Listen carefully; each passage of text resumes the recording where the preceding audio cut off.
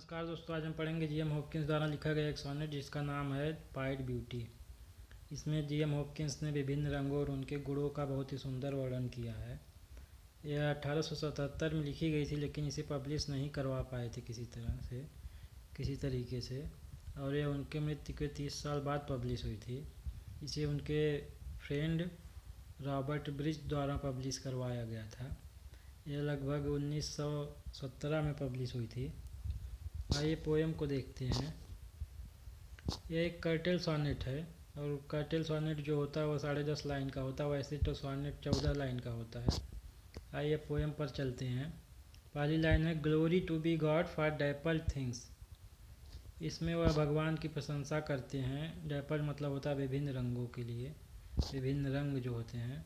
इसमें वह भगवान की इस दुनिया में जो खूबसूरत चीज़ें बनाए उसके लिए प्रशंसा करते हैं, और कहते हैं कि भगवान ने इस दुनिया में कई रंग बिरंगी चीज़ें बनाई है। कोई जानवर काला है, कोई सफ़ेद है, कोई इंसान लंबा है, कोई छोटा है, और इसके लिए वो भगवान की प्रशंसा कर रहे हैं। अगली लाइन है, for skies of couple colour as blinded काऊ।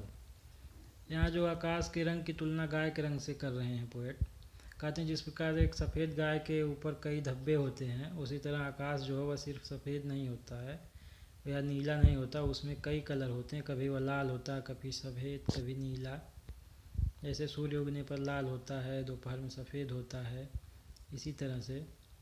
अगली लाइन है, for rose moles all in stipple upon trout that swim. यहाँ ट्राउट जो है एक समुद्री मछली है, और यहाँ रोज़ और मोल से एक नया शब्द बनाया उन्होंने। रोज का मतलब गुलाब होता है जो लाल रंग का होता है, मोल तिल को कहा जाता है। रोज मोल्स का मतलब यहाँ गुलाबी धब्बे हैं, और यहाँ का जो पोएट कहते हैं कि ट्राउट जो एक मछली है जो पानी में तैरती है, उस मछली पर भी गुलाबी धब्बे हैं। फ्रेश फायर कोल चेस्टनट फास्ट फिंचेस विंग्स। इसमें एक शाहबलूत का फल होता है। जब वह पेड़ से गिरता है तो उसका रंग बाहर से सुलगते कोयले की तरह होता है। अगर आपने सुलगता कोयला देखा होगा तो उसमें कई रंग होते हैं, जैसे नारंगी, लाल, नीला, काला, सब भिन्न मिश्रित होते हैं। फिंच एक छोटा पक्षी है, उस पक्षी के पंख भी बहुत रंगीन होते हैं। यहाँ पोएट जो वह दो चीज़ों की उदाहरण दिए हैं जो रंगीन हैं, जो रंगीन चीज़ों को उदाहरण दिए हैं। एक पक्षी और एक कोयले की तुलना की हैं उससे, शाहबलूत के फल से।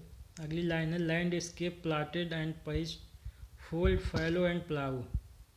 और यहाँ उन्होंने बताया कि भूमि भी समान नहीं है, ज़मीन कहीं से मुड़ी हुई है, कहीं बंजर है, कहीं उपजाऊ है। फिर आगे बोलते हैं, all trades their gear and tackle trim. सिर्फ ज़मीन ही नहीं बल्कि मशीनें भी हैं जो कारोबार में काम आती हैं। वह मशीन भी अलग हैं, कुछ धीमी हैं, कुछ तेज़ हैं, कुछ बड़ी हैं, कुछ छोटी हैं, या अलग अलग आवाज़ें निकालती हैं। इसमें जो है पोएट ने ईश्वर और मनुष्य दोनों की बनाई हुई चीज़ों को बताया है, कैसे सब कुछ एक दूसरे से अलग है, और यह दुनिया में कितनी विविधता है, दुनिया कितनी रंगीन है। अगली लाइन है, all things counter original spare strange. इसमें जो है सब कुछ इस दुनिया में अद्वितीय है, मूल है, और बहुत ज़्यादा है। स्पेयर का मतलब यहाँ बहुत ज़्यादा होता है। अगली लाइन है, whatever is fickle freckled who knows how. इसमें पोएट कहते हैं कि हमारा मन कभी कल्पना भी नहीं कर सकता, सोच भी नहीं सकता कैसे भगवान ने इस रंगीन और खूबसूरत दुनिया को बनाया है। यह केवल भगवान ही जानते हैं। विथ स्विफ्ट स्लो स्वीट सोर एर्जल डीम। इसमें बोलते हैं कि यहाँ पर तुलना किए हैं पोएट, और एक दूसरे के विपरीत शब्द लिखे हैं कि हम प्रकाश की सराहना तभी कर सकते हैं जब हमें पता हो अंधेरा है। अंधेरा क्या होता है? जब हम खट्टा या मसालेदार खाना खाते हैं तभी हमें मिठाई की याद आती है। जीवन में जब कुछ बुरा होता है तो उसके बाद अच्छा होता है। तो ये सब एक दूसरे की गुणवत्ता को दर्शाते हैं।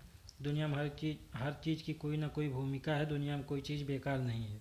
ये सब चीज़ें मिलजुल कर दुनिया को खूबसूरत बनाती हैं। ऐसा नहीं है कि इनमें कुछ भी व्यर्थ है। हम अंधेरे का, प्रकाश की कीमत तभी जानेंगे जब हम अंधेरा को जानते रहेंगे, नहीं तो क्या जानेंगे प्रकाश क्या है। He father forth whose beauty is past change praise him. ये लास्ट लाइन है कविता की, पोएम की। यहाँ भगवान वह ही का जो यूज है वह उन्होंने भगवान के लिए किया है, और कहते हैं कि इन सभी खूबसूरत चीज़ों के लिए फादर जो हैं, इन सभी खूबसूरत चीज़ों के फादर जो हैं वह ईश्वर है।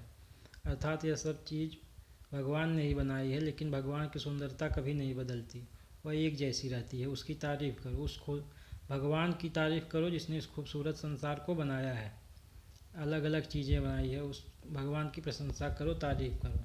इसी के साथ यह पोएम समाप्त होती है। आई होप आप लोगों को वीडियो अच्छी लगी होगी। चैनल को सब्सक्राइब करें, शेयर करें।